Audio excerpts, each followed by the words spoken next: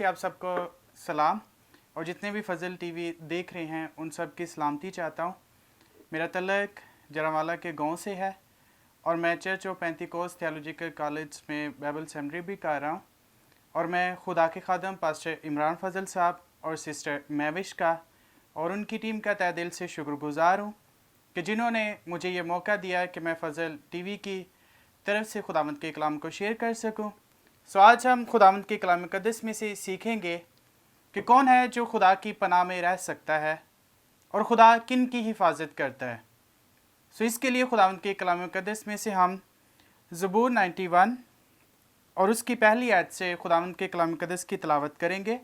ज़बूर 91 और उसकी पहली आयत। खुदावंद के कलाम में यूँ लिखा है, जो हक ताला के पर्दा में रहता है वो कादर मुतलिक के साया में सुकूनत करेगा। मैं खुदावंद के बारे में कहूँगा, वही मेरी पनाह और मेरा घर है। वो मेरा खुदा है जिस पर मेरा तवक्ल है। खुदावंद के कलाम मुक़द्दस का पर जनाब सब के लिए बाइस से बरकत हो। सो आज हम सीखते हैं कि खुदावंद के कलाम मुक़द्दस में लिखा हुआ है कि जो हक ताला के पर्दा में रहता है वो ही कादर मुतलिक के साया में सुकूनत करेगा। मैं खुदावंद के बारे में कहूँगा, वही मेरी पनाह और मेरा घर है।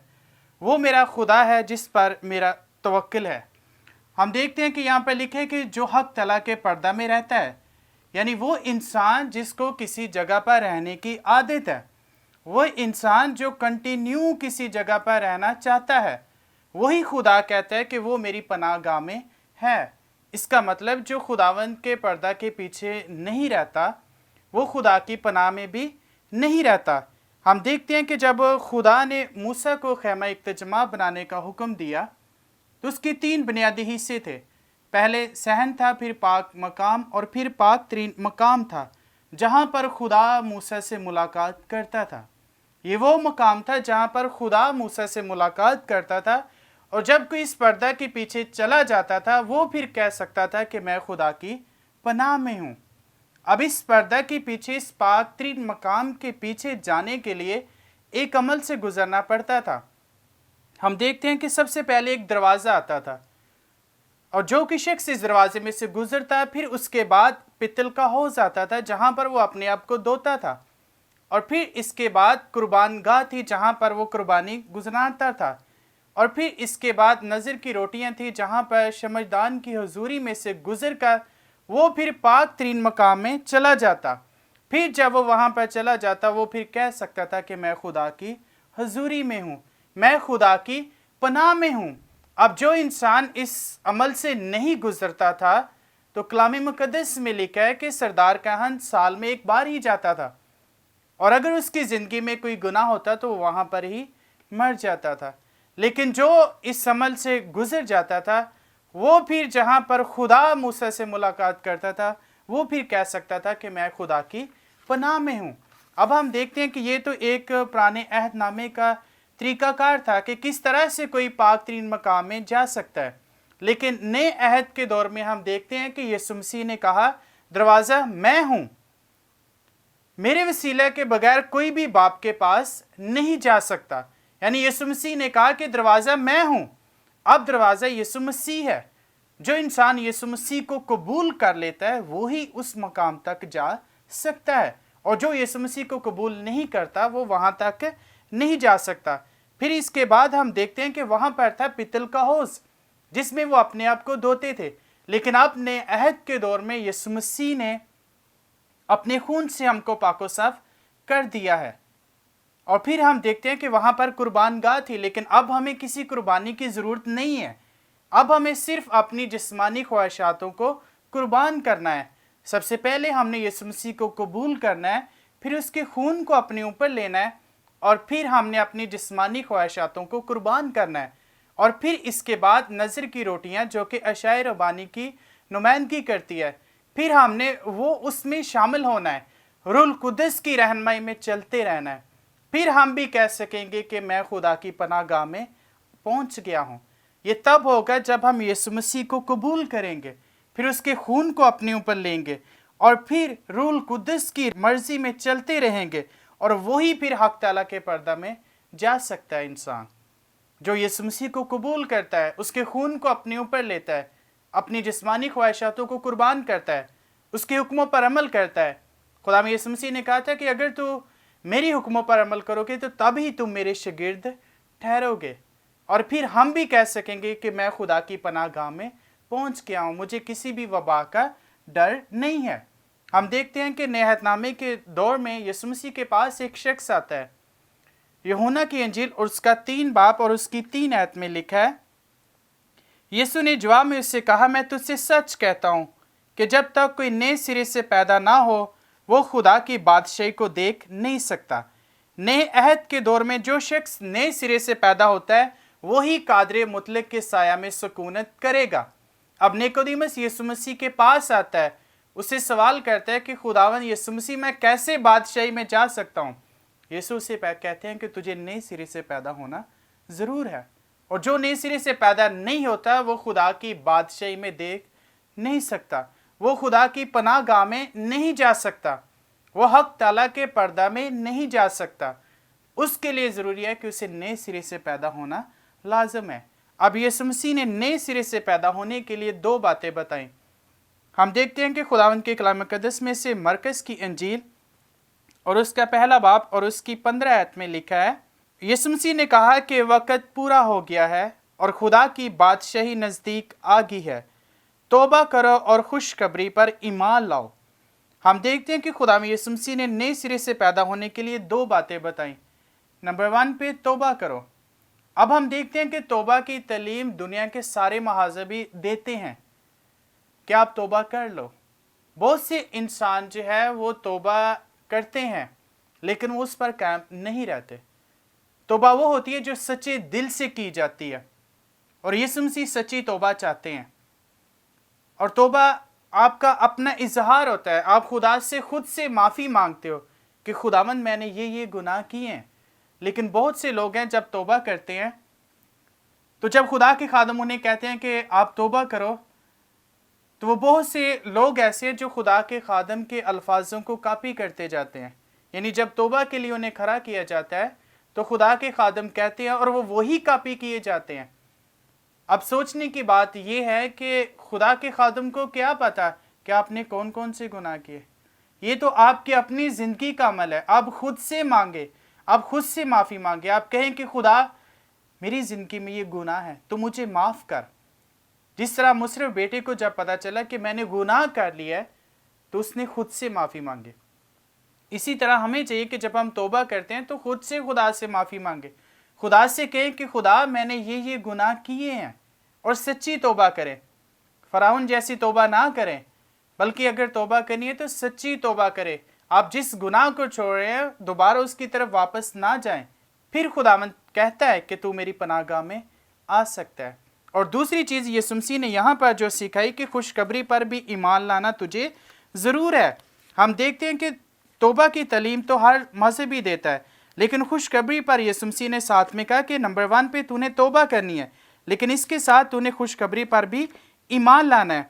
और फिर हम देखते हैं कि खुशखबरी है क्या चीज़। हम देखते हैं कि अंजील ही खुशखबरी है कि तुझे अंजील पर भी ईमान लाना ज़रूर है, उसकी तालीमात पर भी ईमान लाना ज़रूर है। इसके लिए हम देखते हैं कि खुशखबरी है क्या। खुदावंद के कलाम मुकद्दस में से 1 कुरिन्थियों और उसका 15 बाब और उसकी पहली आयत से 4 आयत तक। खुदावंद के कलाम मुकद्दस में से 1 कुरिन्थियों उसका 15 बाब और उसकी पहली आयत में यूँ लिखा है, अब ऐ भाइयों मैं तुम्हें वही खुशखबरी जताए देता हूँ जो पहले दे चुका हूँ, जिसे तुमने कबूल भी कर लिया है और जिस पर कायम भी हो। उसी के वसीला से तुमको नजात भी मिलती है, बशर्ते कि वो खुशखबरी जो मैंने तुम्हें दी थी याद रखते हो, वरना तुम्हारा ईमान लाना बेफ़ायदा हुआ। चुनाचे मैंने सबसे पहले तुमको वही बात पहुंचा दी जो मुझे पहुंची थी कि मसीही किताब मुकद्दस के मुताबिक हमारे गुनाहों के लिए मुआ और दफन हुआ और तीसरे दिन किताब मुकद्दस के मुताबिक जी उठा। अब हम देखते हैं कि ये है खुशखबरी। यीशु मसीह ने कहा कि जो इंसान तौबा करता है उसको खुशखबरी पर ईमान लाना भी ज़रूर है। उसे ये यकीन करना भी ज़रूर है कि खुदा में यीशु मसीह हमारे गुनाहों के लिए मुआ है और दफन हुआ है और फिर वो तीसरे दिन मुर्दों में से जी उठा है। अब जो इंसान सच्ची तौबा करता है, खुशखबरी पर ईमान लाता है वो फिर खुदा की पनाहगाह में जा सकता है, लेकिन जो इंसान यीशु मसीह को कबूल नहीं करता वो खुदा की पनाहगाह में नहीं आ सकता। फिर नंबर 3 पे यीशु मसीह ने फरमाया खुदावंद के कलाम मुकद्दस में से रोमियो के नाम मुकद्दस पौलुस रसूल का ख़त और उसका 10वां बाब और उसकी 9 आयत में लिखा है कि अगर तू अपनी ज़बान से यीशु के खुदावंद होने का इकरार करे और अपने दिल से ईमान लाए कि खुदा ने उससे मुर्दों में से जलाया तो नजात पाएगा। अब सबसे पहले हमने सच्ची तौबा करनी है, फिर नंबर 2 पे खुशखबरी पर ईमान लाना है, और नंबर 3 पे यहाँ पर पौलुस रसूल फरमाते हैं कि तू उसे खुदावंद भी माने। अबलीस भी खुदा को खुदा मानता है लेकिन वो उसे खुदावंद नहीं मानता। खुदावंद का मतलब है कि उसे आका नहीं मानता वो, लेकिन यहाँ पर रसूल फरमाता है कि तू उसे खुदावंद भी माने, तू उसे अपना मालिक भी माने। और जब हम किसी को अपना मालिक, किसी को अपना आका मान लेते हैं तो फिर हम उसके हुक्मों की ताबेदारी भी करते हैं।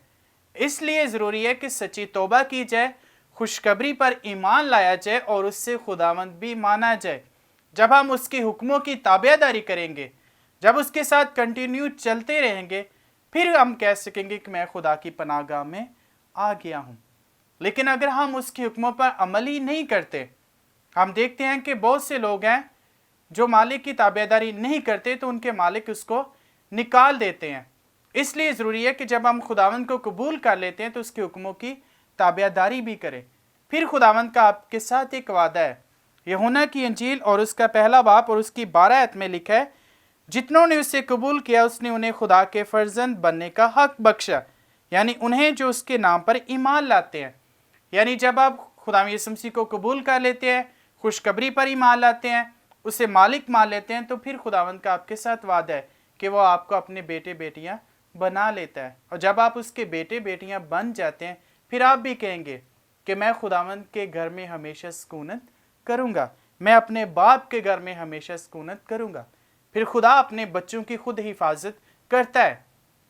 और इसलिए ज़रूरी है कि आप इन 3 बातों पर अमल करें। सबसे पहले सच्ची तौबा करें, खुशखबरी पर ईमान लाए और उससे खुदावंद भी माने, उसके हुक्मों की ताबेदारी करें, उसके साथ चलते रहें, क्योंकि कलाम मुकद्दस में लिखा हुआ है कि जो डाली उसमें ही कायम रहती है वो बहुत सा फल लाती है।